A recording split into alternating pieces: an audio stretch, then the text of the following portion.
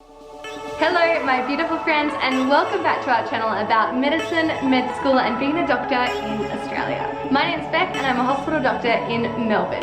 This is another video born from the questions that you guys have been asking me. Today we're talking all about what happens after med school. I get these questions all the time in some variation. What do you have to do when you're a doctor? What is an intern, resident or registrar? How do you get into a specialty? I'm worried I'm too old. How many years does it take? And if that's you, I've got another video for you linked below to help you work through that. How many exams do you have to do? Do you always have to be studying? Do you get paid while you're still training? And people ask what specialty I'm doing. I am with you, or at least I was. These are things that I had no idea about before med school, and even largely when I was in med school. From my experience with hospital and GP patients, most people don't understand how we as doctors progress through medicine. And why would they?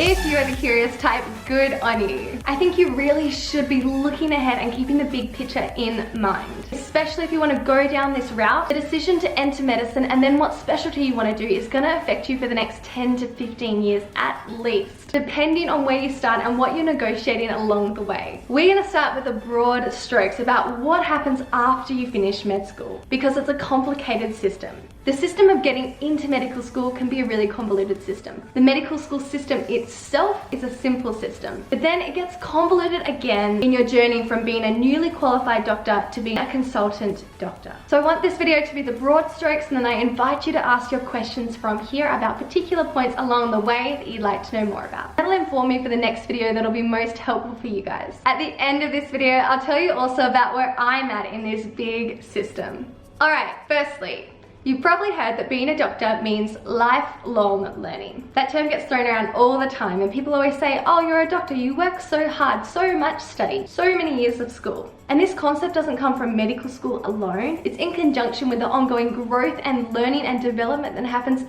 after med school as a working, fully qualified medical doctor. Informally, we will always be learning in medicine. You'll always be learning as a doctor. We will never know it all, and that's in part due to the vast spectrum of disease and the blurred lines between what fits into your specialty or what is your responsibility for the patient as the treating doctor, but also because not all of the information is available right now.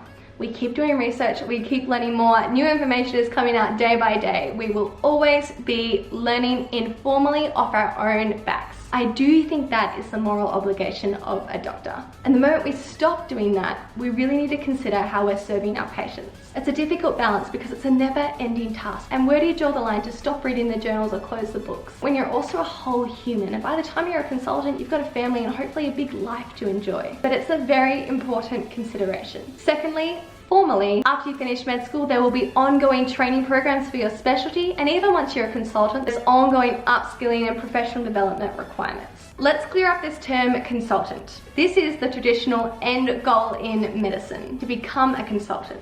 A consultant is someone who has finished their specialty training. They are a specialist, a cardiologist, an endocrinologist, a gastroenterologist, a general physician, a general surgeon, a plastic surgeon, a cardiothoracic surgeon, a general practitioner, an intensivist, an anesthesiologist, a psychiatrist, pediatrician, obstetrician, the list goes on. So we'll call consultant the end. Most people, once they become a consultant, they don't go on to do any more exams. They're not asking anyone above them for help. They're asking people by their sides, other consultants, for help. They're at the highest pay rate for doctors, and the responsibility lands on them. The end and most important decisions are made by them. They are the ones responsible for the patient, despite how big their team might be of other doctors or how many other doctors are involved. Now, on the other end of that spectrum are newly qualified medical doctors. Finishing med school qualifies you as a medical doctor.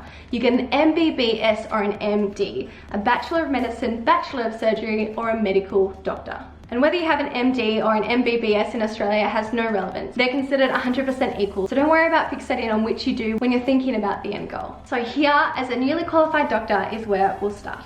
We'll talk about 3 different eras after med school. Firstly, before specialty training. Secondly, during specialty training. And thirdly, after specialty training. Here's the overview. In the era before specialty training, you have your internship and you have your residency. In the period of your specialty training, you are a registrar, an unaccredited registrar or an accredited registrar. Specialist training programs are governed by medical colleges in Australia. An unaccredited registrar is not yet in the college. An accredited registrar is accredited with the training college. Finally, in the era after you've finished your specialty training program, you do your fellowship and then you become a consultant. Now that is just a traditional path, a traditional progression, but you can do whatever you like. And lots of people shake things up. In general, you need to progress through each stage to get to the next. We'll briefly talk about these terms now. Intern, resident, registrar. And I'll throw a few more in.